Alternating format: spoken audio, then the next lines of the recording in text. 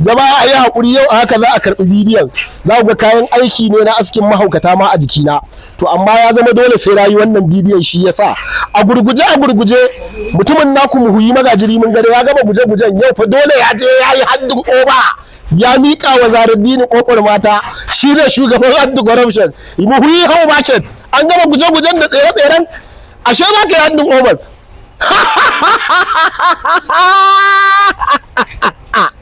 Ke duniya, ƙaryar zazzare idanuwa ta ƙare, ƙaryar karɓe-karɓe da ƙaryar ni ne shugaban anti-corruption, ni ne mai cikakken iko da fawa, duk wanda na nan ne ya dandu, duk wanda na kama yau ta ƙare. Mutumin ga hidan ya yi hannun owa.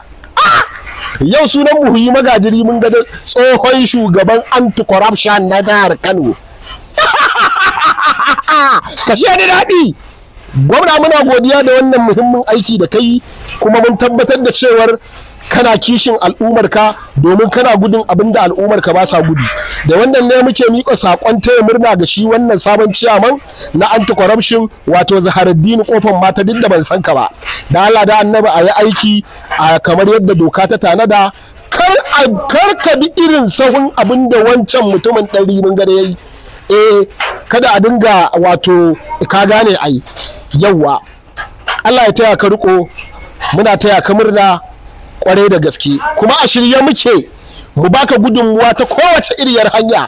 Idan ka binciki Muhuyi Magajiri mun ga kaga cewar da akwai matsalolin da yi, to kar kai wata ka tura a danko maka ja'iri ka anta shi gidan gyaran hali domin ya girbi abin da ya shuka.